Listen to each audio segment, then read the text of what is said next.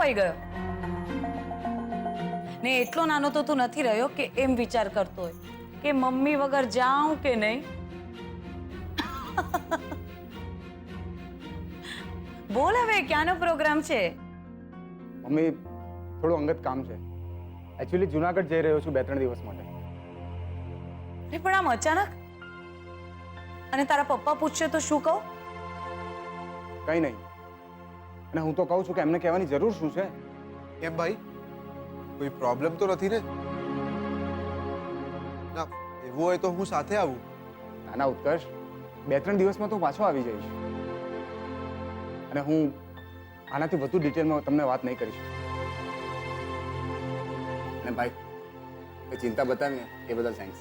જોયું આંટી, આજકાલ થેન્ક્સ કહેવા લાગ્યો છે મને. ખરેખર રૂપેશ મોટો થઈ ગયો છે. હા, અને અંગત કામસર બહાર ગામ જતો પણ. જો મમ્મી, હું તને હર્ટ કરવા નથી માંગતો, પણ અત્યારે હું એ વાત કરી શકું એમ નથી. સમજ બેટા, તે આ વાત મને આટલા ખુલ્લા મનથી કહીને એ પણ મારા માટે ઘણું છે. બાકી બધું પેકિંગ બરાબર કર્યું ને? કપડાં, ચાર્જર બધું લીધું છે ને? પૈસાની જરૂર છે? ના ના, પૈસા છે. હું જાઉં? હા, જય જીનેન્દ્ર. જય જીનેન્દ્ર. જય જીનેન્દ્ર બેટા. ધ્યાન રાખજે. હા, ને પહોંચીને ફોન કરજે. ચોક્કસ.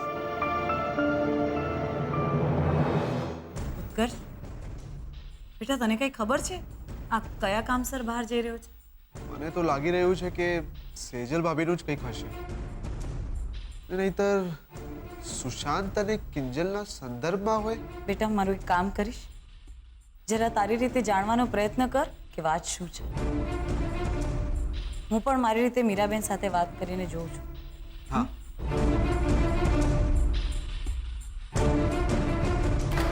જુનાગઢ.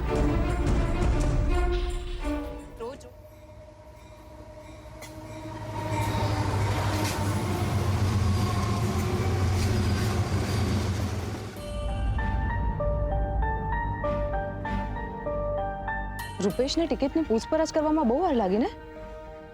ખબર નહીં એને ટિકિટ્સ મળી પણ હશે કે કેમ. અરે આવી ગયો.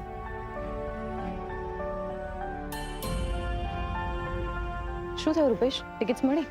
ના યાર, 1 કલાક પછીની ટ્રેન છે. આપણે ત્યારે તત્કાલમાં બુક કરાવવી પડશે.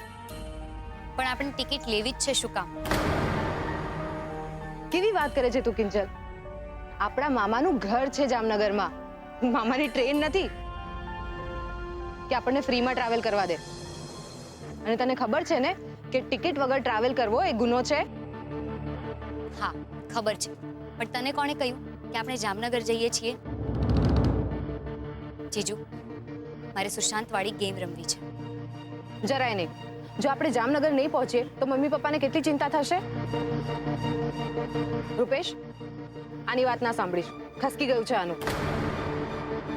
અને આમ પણ મમ્મી પપ્પા સાથે હું તને ટ્રોજન હોર્સ નહીં રમવા દઉં. સમજી ગઈ તું? એમ તો પછી મને એમ કે આપણે લોકો ક્યાં સુધી આમ સુશાંતથી ભાગતા રહીશું? 1 વર્ષ, 2 વર્ષ કે પછી આખી જિંદગી? મારે મારો ફોન બંધ રાખવાનો, આપણે પોતાની જાતને રૂમમાં પૂરીને રાખવાની? એ શક્ય છે સેજલ? નહીં ને. રોજ રોજ મરવા કરતા એકવાર મરી જવું સારું. કમસે કમ એક વાતની તો રાહત રહેશે કે આપણે લોકો લડ્યા, મેદાન છોડીને ભાગ્યા નહીં. આઈ થિંક કિંજલ, તું બરાબર કહી રહી છે. પણ પ્લાન શું છે? પ્લાન એ છે કે સૌથી પહેલા હું મારો ફોન ઓન કરીશ અને પછી આપણે ગેમ રમવાની શરૂઆત કરીશું. કિંજલ, તને લાગે છે કે આ એક રાતમાં પતી જશે? કઈ ઊંચ નીચ થઈ ગઈ તો? બીજલ છે, ગુલાબ છે, તાપીનગરમાં કોઈને પણ કહેશું ને તો આપણી મદદ માટે આવી જશે. અને રાણા સાહેબ તો છે જ ને. જો એ છતાં પણ કંઈ પણ ગડબડ થઈ તો મમ્મી પપ્પાને સમજાવવાની, એમની માફી માંગવાની સંપૂર્ણ જવાબદારી મારી. બસ. ને સેજલ, મારા કારણે તારે અને બીજલને પણ નજર કેદ રહેવું પડે છે એ મને નથી ગમતું. પ્લીઝ માની જા ને.